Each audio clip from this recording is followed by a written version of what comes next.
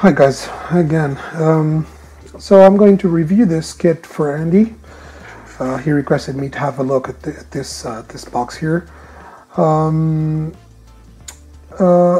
had this kit in my stash for about 3 or 4 years now. It's the only 1/72 scale kit I ever kept because I had a bunch of other kits and I gave them to a friend. But this one I really liked, and it's a very nice kit when it's built, and I really would like to build it one day. Anyway, this kit is from 1995. The molds aren't all that great. I'm sure this could be built into a really nice model, and I hope one day I'll be able to do so. So, Andy, here goes your review. So it's in the box. It's a regular Hasegawa box with the box art on the sides and a sample of the built model. You can see here it cost me about 12 euros back in the day. So on the other side, I've opened this box before, of course, and had a look at it, and so some bags might already be opened. From my previous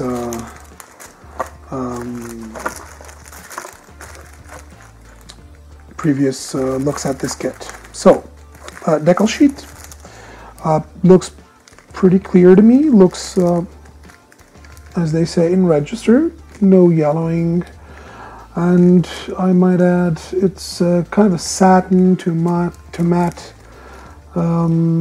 look in these decals or decals or whatever. Also clear parts, the canopy. Let me open this.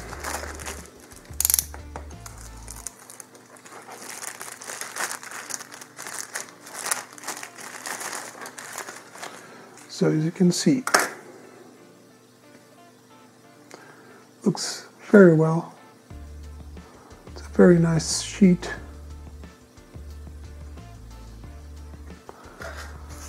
As usual, the don't eat your model instructions and the clear parts. Well, I should say that this is not very, it's not a very crisp and clear. Well, it sort of is crisp, but not much clearer. It has some distortion. It's pretty thick, and I'm not sure, but I might need to one day replace this or something, or not, or just build it as is. That's it. So that's it for the clear parts and the decals. Seems to be instructions, very nice illustrations of what seems to be two different models. One which is the one I have here, and another which I don't even know. Yes, and this seems to be the instructions for the building of the rig or platform.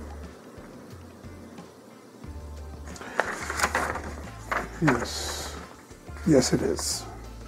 I think these are typical Hasegawa instructions. I've only built one Hasegawa, but these seem to be fairly typical.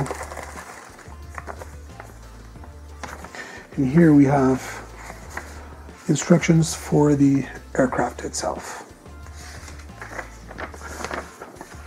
Yeah, very clear and crisp instructions. They look really good. Seems to have the pilots or the crew, let's say, doesn't seem to have many steps. Actually, just a few steps. And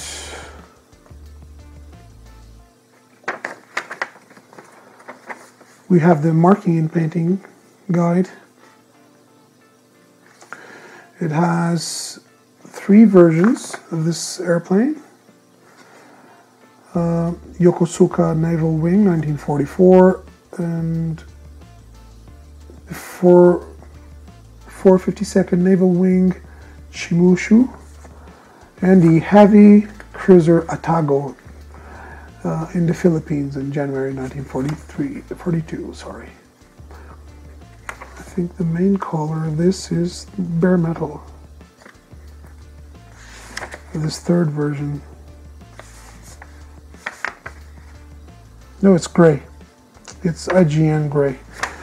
Okay guys, so this is instructions. Now, the beautiful thing about this kit, which I really love, is the fact that you can build it into its own diorama, or so as to say that it comes with its own base. It all sits in this part here. So the platform can rotate in this relative to this platform. And it's got this nice texture. I don't know the name of this, but it has sort of a pattern, a diamond, or it's not a diamond pattern, but it's a sort of a metal sheet pattern here. Should look really nice. Then we have all of the sprues bagged into one bag.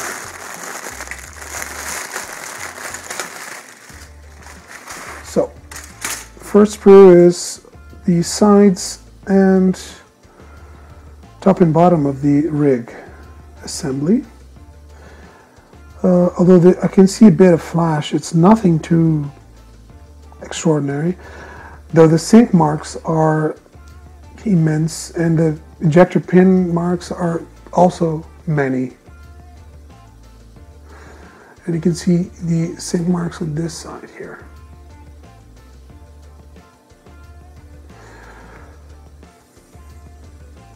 So this is going to require a lot of filler, most likely. I believe these ejector pin marks will be hidden, so I don't think there's going to be a problem with that. The other parts seem to be very nice. The details are pretty reasonable, and you do have a few ejector pin marks here and there, but I think you can work this out. These are some more. So this is another sprue for this platform assembly. Looks also reasonably good.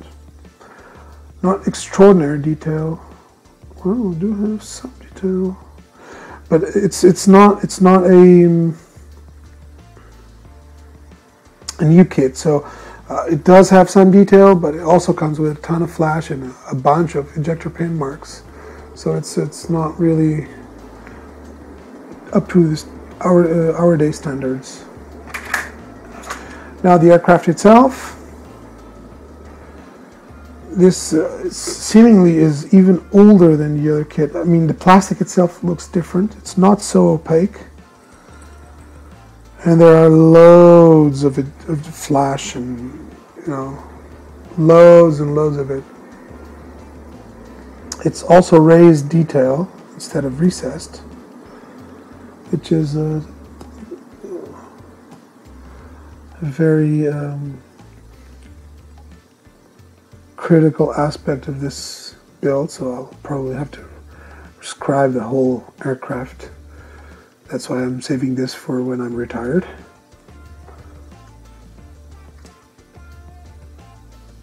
You have the pilots. Check this one here. Which are basically blobs of plastic. Some of this detail I probably will have to either scratch build or because I'm not even going to bother to remove that flash.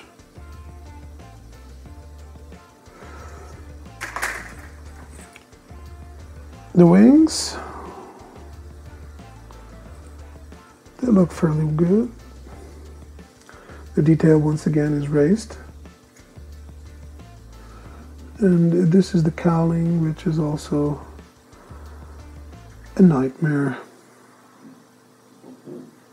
It's going to be a nightmare. Yes, it is. You can see it here. And the cowlings. Here's the propeller. It's a one-piece propeller.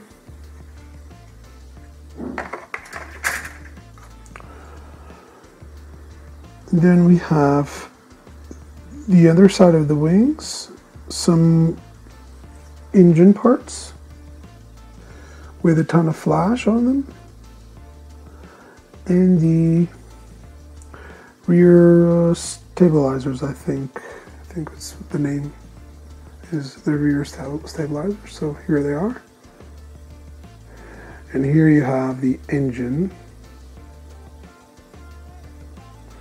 or the engines. I'm not sure, it's two parts, so probably there are two, or don't really know, guys. You also have this sort of a placker. It's plaque to place on this base, and then makes for a very nice way to show off your model once it's finished. So this is it, and this will be a very difficult build, and I won't be tackling this till I'm 80, most likely, if I ever get there, because this kind of thing scares me. I'm not even sure I could do that in such a small aircraft. So Andy, here it is. I hope you have enjoyed this, and